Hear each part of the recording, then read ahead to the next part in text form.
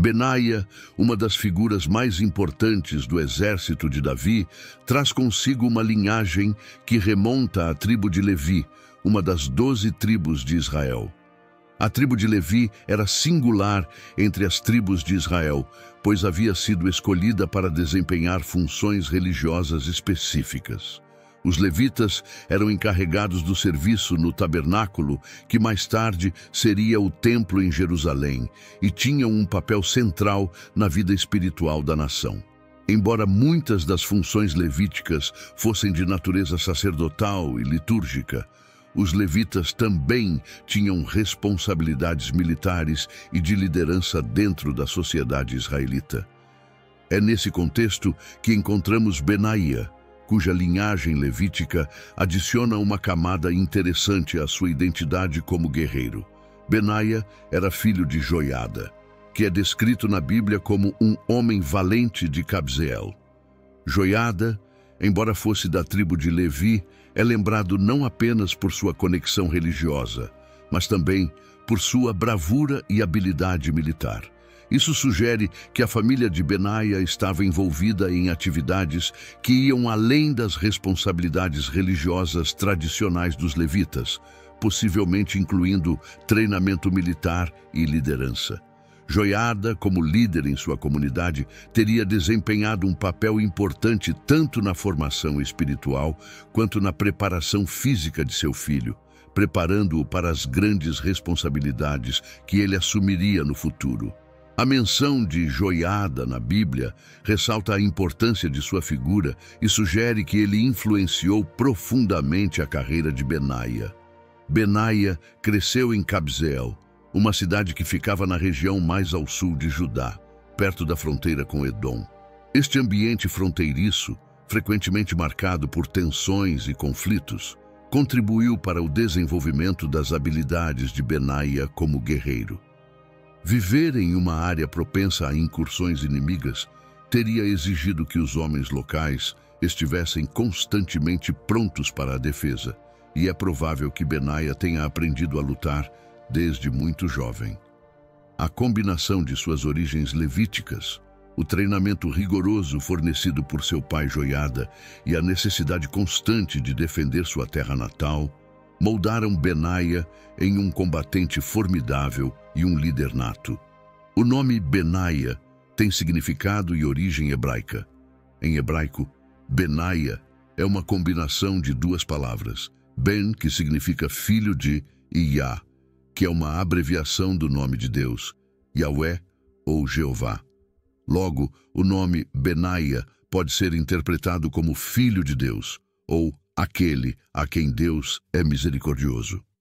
É importante perceber que muitos nomes na Bíblia têm significados simbólicos e espirituais, e Benaia reflete a crença na importância da relação com Deus, sendo uma expressão de fé e confiança na divindade.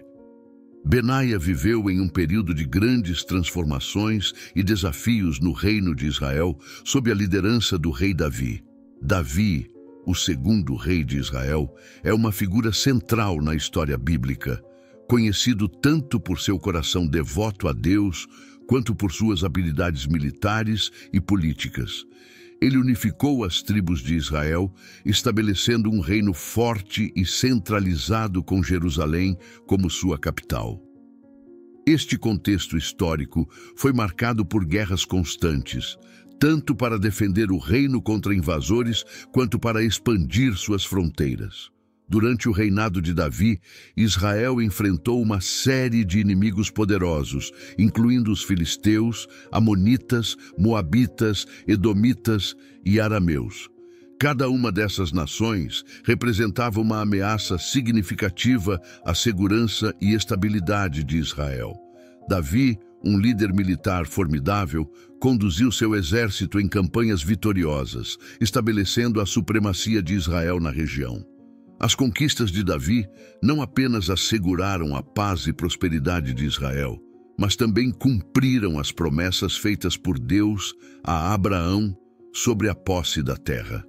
Através de batalhas sangrentas e estratégias brilhantes, Davi conseguiu submeter muitos de seus inimigos, ampliando o território israelita e fortalecendo sua posição como um dos reis mais poderosos da sua época. O exército de Davi era uma força impressionante, composta por soldados corajosos e experientes. Dentro desse exército havia um grupo de elite conhecido como os Valentes de Davi, ou Giborim. Esses homens eram guerreiros excepcionais, cada um distinguido por feitos notáveis em batalha. Benaia, filho de Joiada, era um dos mais destacados entre esses valentes. Seu nome é mencionado ao lado de gigantes como Joabe, o comandante do exército de Davi, e Abisai, outro dos principais líderes militares. Os feitos de Benaia eram lendários, e ele rapidamente ganhou uma reputação como um dos guerreiros mais destemidos e leais de Davi. A organização do exército de Davi era meticulosa e eficiente. O rei dividiu suas tropas em diversas unidades, cada uma sob o comando de líderes experientes. Os Valentes de Davi eram a guarda pessoal do rei, composta pelos guerreiros mais leais e habilidosos. Eles tinham a responsabilidade de proteger o rei e realizar missões de alta importância e risco. A presença de Benaia nesse grupo reflete sua importância e o respeito que ele conquistou por meio de suas ações. Ele se destacou não apenas pela sua bravura, mas também pela sua habilidade estratégica, sua lealdade inabalável ao rei Davi e sua profunda fé em Deus. Benaia serviu Davi em um momento crucial da história de Israel, quando o reino estava se firmando como uma potência regional. As batalhas e conquistas sob a liderança de Davi criaram um ambiente em que a coragem e a força física eram essenciais para a sobrevivência. O primeiro grande feito de Benaia ocorreu durante um período de intensa hostilidade entre Israel e Moabe, uma nação vizinha frequentemente em conflito com o povo de Deus. Moabe era conhecida por sua força militar e por seus guerreiros ferozes, que representavam uma ameaça constante à segurança e à estabilidade de Israel. Em meio a essa tensão, Benaia se viu diante de um desafio formidável: enfrentar e derrotar dois dos mais formidáveis guerreiros moabitas. Esses homens não eram soldados comuns.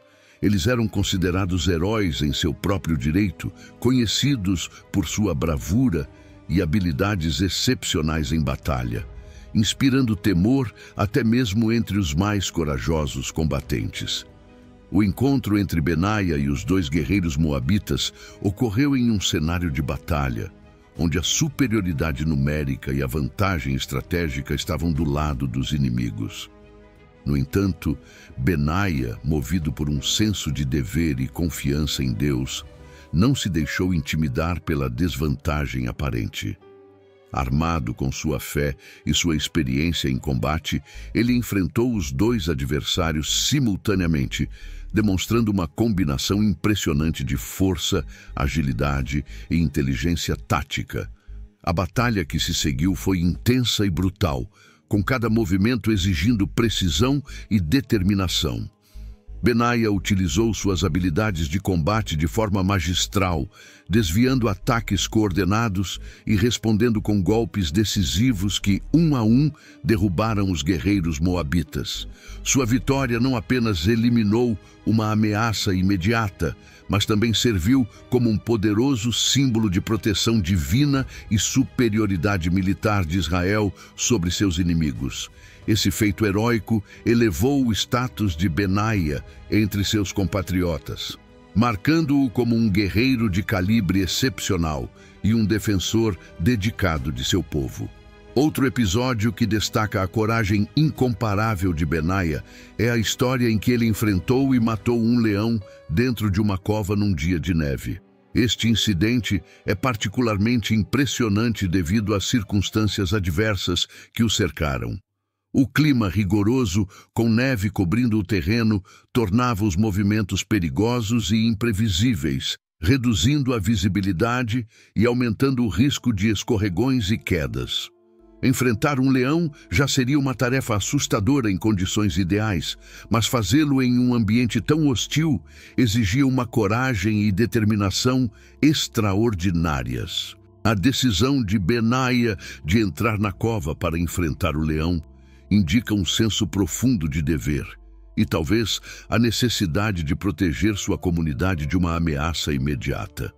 O leão, uma criatura poderosa e feroz, representava perigo mortal, especialmente dentro do espaço confinado da cova, onde não havia espaço para fuga ou manobras evasivas significativas. Benaia desceu até a cova sabendo que enfrentaria a besta em seu próprio território, onde o leão teria vantagem natural. A batalha que se desenrolou foi feroz e desesperada. O rugido ensurdecedor do leão misturava-se com o som de passos sobre a neve, enquanto Benaia lutava com todas as suas forças, utilizando cada fragmento de habilidade e experiência que possuía. Em meio a garras afiadas e dentes mortais, ele manteve a compostura, procurando brechas para atacar e defender-se. Finalmente, através de uma combinação de força bruta, estratégia e talvez uma intervenção divina, Benaia conseguiu subjugar e matar o leão. Este feito não apenas eliminou uma ameaça perigosa, mas também serviu como um testemunho da incrível coragem e fé de Benaia, reforçando ainda mais sua reputação como um herói entre seu povo.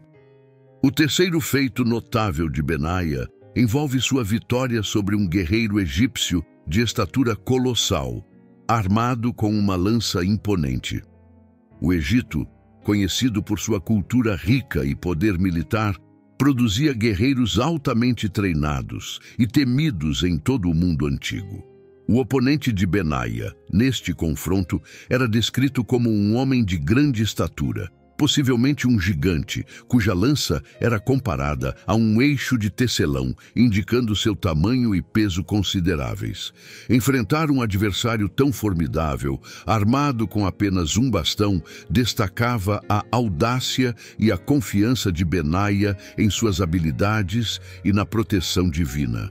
Enquanto o egípcio confiava em sua força física e na superioridade de sua arma, Benaia contava com sua destreza, velocidade e inteligência estratégica. Ele aproximou-se do gigante com cautela calculada, usando seu bastão não apenas como arma, mas também como meio de desviar e bloquear os ataques poderosos da lança inimiga. Em um momento crítico da batalha, Benaia conseguiu uma façanha impressionante. Desarmou o egípcio, tomando posse da própria lança do adversário. Com essa arma agora em suas mãos, ele virou o jogo completamente, usando a lança contra seu dono original e derrotando-o de forma decisiva. Esses três feitos heróicos de Benaia não apenas consolidaram sua reputação como um dos mais valentes e habilidosos guerreiros de Israel, mas também serviram como inspirações duradouras de coragem e fé. Suas façanhas em combate rapidamente chamaram a atenção de Davi, que viu nele um aliado valioso e digno de confiança. O reconhecimento de Davi pelo valor de Benaia culminou na sua promoção ao cargo de comandante da Guarda Real, uma posição de enorme prestígio e responsabilidade. A guarda pessoal do rei era a unidade de elite dentro do exército, encarregada de proteger o rei em todos os momentos, tanto em tempos de paz quanto em tempos de guerra. Ser nomeado comandante dessa guarda era um sinal claro de que Benaia havia conquistado a total confiança de Davi. Essa posição não era apenas um reconhecimento de suas habilidades marciais, mas também de sua lealdade e integridade. A Guarda Real, composta pelos melhores soldados de Israel, precisava de um líder que não apenas pudesse lutar ao lado deles, mas que também pudesse liderá-los com sabedoria e coragem. Benaia provou ser exatamente esse líder. A lealdade de Benaia a Davi foi inabalável ao longo de toda a sua carreira. Em um tempo onde as intrigas e as conspirações eram comuns nas cortes reais, Benaia permaneceu fiel a Davi, mesmo nas situações mais difíceis. Sua lealdade foi recompensada não apenas com promoções e posições de prestígio, mas também com a confiança pessoal do rei. A lealdade de Benaia não era apenas uma questão de dever militar. Ela também refletia um profundo respeito e admiração por Davi, a quem ele via como o líder escolhido por Deus para governar Israel. Benaia também esteve presente em momentos decisivos que moldaram o futuro de Israel. Durante os últimos dias do reinado de Davi, a questão da sucessão ao trono se tornou uma questão urgente e delicada. Adonias, o quarto filho de Davi, observando a fragilidade de seu pai e a falta de uma proclamação oficial sobre o sucessor, decidiu agir por conta própria, numa tentativa de se estabelecer como rei. Esta decisão não foi tomada de forma impulsiva, mas sim calculada, inspirada pelo exemplo de seu irmão Absalão, que anteriormente havia tentado, sem sucesso, usurpar o trono de Davi. Adonias, ciente de que o apoio de figuras influentes seria crucial para legitimar sua ascensão ao trono, começou a reunir ao seu redor homens poderosos e influentes. Entre eles estavam Joabe, o comandante do exército de Davi, e Abiatar, o sacerdote. Joabe, apesar de sua lealdade e dos serviços prestados a Davi em inúmeras batalhas, era uma figura complexa e, em muitos aspectos, ambígua. Sua decisão de apoiar Adonias pode ter sido motivada por uma combinação de ambição pessoal e insatisfação com o rumo que as coisas estavam tomando na corte. Abiatar, por sua vez, também tinha um longo histórico de serviço a Davi, mas como Joabe, decidiu aliar-se a Adonias, possivelmente acreditando que ele teria uma posição de destaque no novo governo. Com esse apoio poderoso, Adonias se sentiu confiante o suficiente para dar o próximo passo em sua conspiração. Ele organizou uma cerimônia elaborada para se proclamar rei, escolhendo cuidadosamente o local e os convidados para o evento. A cerimônia foi realizada em En-Rogel, uma fonte de água situada perto de Jerusalém, um local significativo e acessível, mas ao mesmo tempo suficientemente distante do palácio para evitar uma interferência imediata de Davi ou de seus apoiadores. Adonias convidou todos os seus irmãos, exceto Salomão, e todos os oficiais do exército de Judá, com exceção daqueles leais a Davi e a Salomão. Ele também excluiu os aliados mais próximos de Davi, como o profeta Natã, Benaia, e o grupo seleto de guerreiros que formavam a guarda real. Durante a celebração, Adonias sacrificou ovelhas, bois e bezerros gordos, uma demonstração de poder e prosperidade que também tinha um profundo significado religioso e político. A festa foi um evento grandioso, destinado a reunir apoio e a selar sua reivindicação ao trono.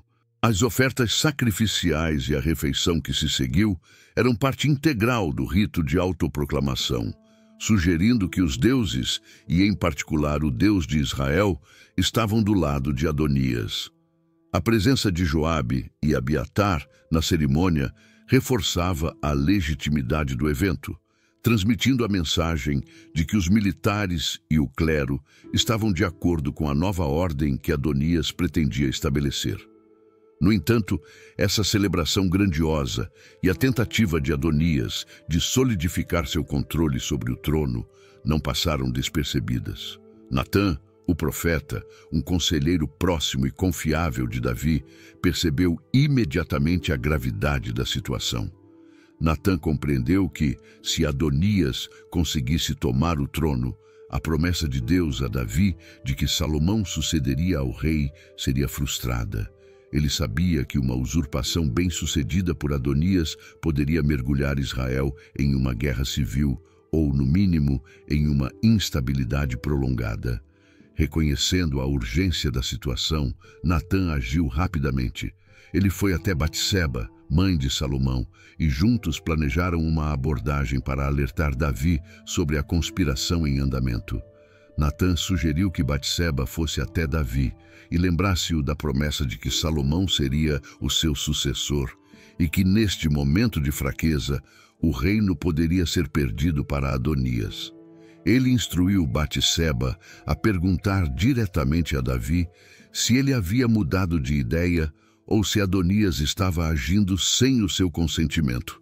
A mensagem de Batseba não só visava despertar Davi para a realidade da situação, mas também apelar ao seu senso de dever e à promessa divina que envolvia Salomão.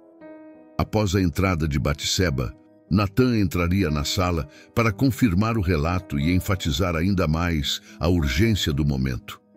A abordagem coordenada de Natã e Batseba funcionou como planejado. Quando Batseba se apresentou a Davi, ela expressou sua preocupação com o futuro de Salomão e do próprio reino, enfatizando que, se Adonias se tornasse rei, ela e seu filho estariam em grande perigo. Em seguida, Natã entrou e reforçou as palavras de Batseba, informando Davi sobre a cerimônia de autoproclamação de Adonias em Enrogel. Ele alertou Davi de que, se não agisse rapidamente, o trono poderia ser tomado por Adonias, e o reinado de Salomão nunca se realizaria. A reação de Davi foi imediata. Em uma cerimônia urgente e simbólica, Davi ordenou que Salomão fosse ungido e proclamado rei, com Benaia desempenhando um papel importante nesse processo. Benaia, junto com o sacerdote Zadok e o profeta Natã, garantiu que Salomão fosse ungido em Gibeão, uma ação que solidificou o direito de Salomão ao trono e colocou fim à conspiração de Adonias, pelo menos temporariamente. Essa decisão rápida e decisiva de Davi, influenciada pela ação diligente de Natã e Batseba, colocou em movimento os eventos que acabariam por frustrar a conspiração de Adonias e assegurar o trono para Salomão. Após a unção, o povo explodiu em júbilo. O som de trombetas encheu o ar e o povo de Jerusalém exclamava: "Viva o rei Salomão!" A cidade foi tomada por uma celebração espontânea, com o povo reconhecendo e aceitando Salomão como seu novo soberano. O alarido e a alegria do povo eram uma clara demonstração de que a nação estava com Salomão e que qualquer tentativa de Adonias de reivindicar o trono estava condenada ao fracasso. Essa demonstração pública de apoio era crucial para o sucesso de Salomão, pois consolidava seu poder e desarmava a conspiração de Adonias. Enquanto isso, Adonias e seus seguidores estavam em meio à sua própria celebração, sem saber que a maré havia mudado contra eles.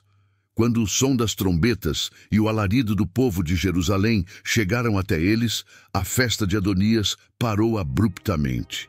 Em 1 Reis 41-49, vemos a reação de Adonias e seus convidados. Joabe, sempre alerta e experiente em batalhas e conspirações, foi o primeiro a perceber que algo estava errado. Ele questionou o barulho e logo ficou claro que uma notícia devastadora estava por vir. Logo Jonatas, filho de Abiatar, chegou ao banquete com a notícia que ninguém ali queria ouvir. Salomão havia sido ungido rei por ordem de Davi. Ao ouvir isso, o medo e o pânico tomaram conta de Adonias e seus apoiadores. Eles perceberam que sua conspiração havia fracassado e que agora estavam em grave perigo. Os convidados que antes apoiavam Adonias rapidamente se dispersaram, cada um buscando salvar a própria vida. A euforia do banquete se transformou em terror e desespero, enquanto Adonias, que pouco antes se via como o novo rei de Israel, agora enfrentava a realidade de sua queda iminente. Adonias, temendo por sua vida, correu para o altar do Senhor, agarrando-se aos chifres do altar em busca de proteção, um gesto desesperado que mostrava sua consciência de culpa e seu reconhecimento de que havia perdido. Ele esperava que o local sagrado lhe concedesse um refúgio seguro e que Salomão, ao tomar conhecimento de seu ato, mostrasse misericórdia. Enquanto Adonias permanecia no altar, sua situação era delicada. Ele sabia que sua sobrevivência dependia da clemência de Salomão, O ato de buscar refúgio no altar era um apelo ao novo rei para que ele demonstrasse misericórdia em vez de vingança. Em Reis 1:50-51, Adonias enviou uma mensagem a Salomão pedindo que sua vida fosse poupada. Ele reconheceu que havia perdido e que agora estava inteiramente dependente da compaixão de Salomão. Este pedido de misericórdia mostrou que Adonias estava ciente de sua vulnerabilidade e esperava que a aliança familiar e o sagrado local de refúgio pudessem proteger sua vida. Salomão, que havia acabado de ascender ao trono, enfrentava uma decisão crucial. Ele poderia ter escolhido eliminar Adonias imediatamente, garantindo assim que não haveria futuras ameaças ao seu reinado. No entanto, Salomão optou por demonstrar clemência, uma decisão que refletia tanto sua sabedoria quanto sua compreensão da política de realeza. Salomão concordou em poupar a vida de Adonias, mas sob condições rigorosas. Ele advertiu Adonias de que sua vida seria preservada, desde que ele se comportasse como um homem justo e não fizesse mais tentativas de usurpar o trono. Em Reis 1:52-53, Salomão estabeleceu claramente as regras. Se Adonias demonstrasse lealdade e não conspirasse novamente, ele viveria. Caso contrário, sua vida seria tirada. Salomão estava disposto a conceder perdão, mas também deixou claro que não toleraria nenhuma ameaça ao seu reinado. Adonias aceitou a oferta de clemência e foi trazido diante de Salomão, onde se prostrou em sinal de submissão. Salomão, em uma demonstração de magnanimidade, permitiu que Adonias voltasse para sua casa, mas a tensão subjacente permaneceu. A decisão de Salomão foi tanto uma demonstração de poder quanto um teste para Adonias. Salomão esperava que seu meio-irmão aceitasse sua posição subalterna e não tentasse novamente desafiar a ordem estabelecida. No entanto, a história não terminaria ali. Algum tempo depois, Adonias tentou uma última manobra para reivindicar poder, fazendo um pedido que, à primeira vista, poderia parecer inofensivo, mas que carregava implicações políticas profundas. Ele abordou Batseba, a mãe de Salomão, pedindo-lhe que intercedesse junto ao rei para que lhe fosse permitido casar-se com Abisag, a sunamita. Abisag, que havia servido como cuidadora de Davi em seus últimos dias, era tecnicamente uma das concubinas do rei, embora o texto bíblico indique que Davi nunca teve relações com ela. Ainda assim, na cultura da época, casar-se com uma concubina do rei poderia ser interpretado como uma reivindicação ao trono. Adonias sabia que, ao desposar Abisag, ele estaria se posicionando como um pretendente ao trono, desafiando implicitamente a autoridade de Salomão. Batseba, talvez não percebendo totalmente as implicações políticas do pedido de Adonias, levou a solicitação a Salomão. No entanto, Salomão, que havia sido treinado na sabedoria e perspicácia de Davi, entendeu imediatamente o significado oculto por trás do pedido. Em Reis 2:22-24, Salomão reagiu com firmeza. Ele percebeu que Adonias, ao buscar se casar com Abisag, estava na verdade tentando consolidar uma posição que poderia levar a uma nova tentativa de usurpação. Para Salomão, esse ato foi a confirmação de que Adonias ainda representava uma ameaça ao seu reinado e à estabilidade do reino. Diante dessa nova ameaça, Salomão tomou a decisão final de acabar com a vida de Adonias. Ele não podia permitir que seu meio-irmão continuasse a desafiar sua autoridade e arriscar a paz do reino. Com uma clara demonstração de autoridade e determinação, Salomão ordenou a execução de Adonias. Benaia, sendo o comandante da guarda real e um dos homens de confiança de Salomão, foi encarregado de executar essa ordem. Sem hesitação, Benaia cumpriu a tarefa, executando Adonias, e assim garantindo que a ameaça ao trono de Salomão fosse neutralizada. Este ato, embora violento, foi necessário para preservar a estabilidade do reino e demonstrou a disposição de Benaia de fazer o que fosse necessário para proteger o reinado legítimo de Salomão. Além da execução de Adonias, Benaia também foi encarregado de outras missões cruciais por Salomão, incluindo a execução de Joabe, que havia traído Davi ao apoiar Adonias. Joabe, que fora um dos principais comandantes do exército sob Davi, refugiou-se no altar do tabernáculo, esperando que a santidade do local o protegesse. No entanto, Salomão ordenou que ele fosse retirado e executado, pondo fim à vida de um homem que havia sido tanto um aliado quanto uma ameaça potencial. Mais uma vez, Benaia foi chamado para cumprir essa ordem. Com a execução de Joabe, Benaia não apenas removeu uma figura problemática, mas também consolidou ainda mais sua posição como o homem de confiança de Salomão. Essas ações de Benaia em nome de Salomão refletem sua lealdade e seu papel essencial na consolidação do reinado de Salomão. Ele não apenas agiu como executor das ordens do rei, mas também como um guardião do reino, protegendo-o de ameaças internas e externas. Após a transição do reinado, Benaia foi nomeado como comandante supremo do exército de Israel, marcando o ápice de sua carreira militar. Benaia sucedeu Joabe, um dos mais notáveis e controversos comandantes de Davi, que havia desempenhado um papel crucial nas vitórias militares de Israel, mas cujas ações e lealdade ambígua acabaram por comprometer sua posição. Sob a liderança de Benaia, o exército israelita passou por uma consolidação de forças e uma reafirmação do poder de Israel na região. Benaia trouxe uma nova visão para o comando militar, focada na lealdade, disciplina e eficiência. Sua presença à frente do exército serviu para estabilizar o reino durante a transição entre os reinados de Davi e Salomão, garantindo que o exército permanecesse uma força unificada e eficaz. O legado de Benaia é uma herança rica e profunda que ressoa através das páginas da Bíblia como um exemplo notável de bravura, lealdade e fé inabalável. Benaia, ao longo de sua vida, se destacou não apenas como um guerreiro formidável, mas também como um líder de caráter inquestionável e um servo dedicado a Deus.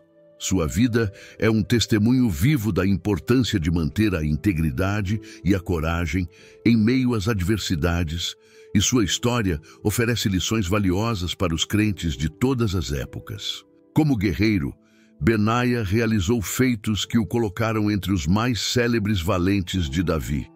Ele matou 2 poderosos guerreiros moabitas, enfrentou e derrotou um leão em uma cova num dia de neve e superou um gigante egípcio armado apenas com um bastão.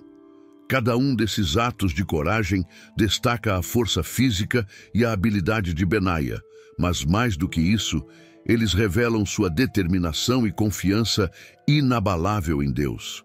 Ele encarou desafios que teriam feito muitos hesitarem, mas Benaia seguiu adiante, sabendo que sua missão era mais do que pessoal. Era parte de um plano divino maior para proteger e fortalecer Israel. Como líder, Benaia subiu nas fileiras do exército de Davi até se tornar comandante da guarda real e, eventualmente, comandante supremo do exército de Israel. Sua ascensão não foi apenas uma recompensa por suas habilidades em combate, mas também um reflexo de sua lealdade inquestionável e de seu caráter íntegro. Benaia era um homem em quem tanto Davi quanto Salomão podiam confiar completamente, mesmo nos momentos mais difíceis. Sua liderança trouxe estabilidade e segurança ao reino, e sua capacidade de tomar decisões justas e eficazes consolidou sua reputação como um dos maiores líderes militares de Israel. Como servo fiel de Deus, Benaia demonstrou que a verdadeira força vem da fé. Ele serviu a Davi e a Salomão com a convicção de que estava cumprindo a vontade de Deus. E essa fé guiou suas ações em todos os momentos de sua vida. Benaia nunca se desviou de seu dever, mesmo quando isso significava tomar decisões difíceis, como a execução de Adonias e Joabe, para proteger o reinado legítimo de Salomão. Sua lealdade não era apenas para com os reis terrenos, mas também para com o Rei dos Céus, e essa devoção espiritual permeou todas as suas ações. As lições que a vida de Benaia oferece aos crentes de hoje são profundas e atemporais. Em um mundo onde a coragem, a fé e a lealdade muitas vezes são postas à prova, Benaia serve como um exemplo do que significa manter-se firme em suas convicções. Ele nos ensina que a verdadeira bravura não é a ausência de medo, mas a disposição de agir corretamente, mesmo diante de grandes perigos. Sua fé inabalável em Deus nos lembra que, independentemente dos desafios que enfrentamos, podemos confiar que estamos em suas mãos. Além disso, a lealdade de Benaia, tanto aos seus líderes quanto a Deus, nos desafia a sermos fiéis em todas as áreas de nossas vidas, mantendo nossa integridade e comprometimento, mesmo quando isso é difícil. No panorama maior da narrativa bíblica, Benaia desempenha um papel crucial no estabelecimento e na consolidação do reino de Israel. Ele foi uma das pedras angulares sobre as quais Davi e Salomão construíram um reino que se tornaria central na história do povo de Deus. Sem líderes como Benaia, que estavam dispostos a lutar e proteger o que era justo e verdadeiro, a história de Israel poderia ter sido muito diferente. A presença de Benaia nas Escrituras é um lembrete de que Deus usa pessoas comuns para realizar feitos extraordinários e que cada um de nós tem um papel a desempenhar no grande plano divino. Assim, o legado de Benaia é muito mais do que suas conquistas militares. É um legado de fé, coragem e lealdade que continua a inspirar e desafiar os crentes até hoje. Sua vida nos lembra que, ao servir a Deus com todo o coração, podemos enfrentar qualquer desafio e deixar um impacto duradouro que ressoará através das gerações. Se você achou este vídeo informativo e inspirador, inscreva-se no canal e ative as notificações para não perder nenhum dos nossos conteúdos futuros. Compartilhe suas reflexões nos comentários abaixo. Quero ouvir de você. Obrigado por assistir. Abraços e fiquem com Deus.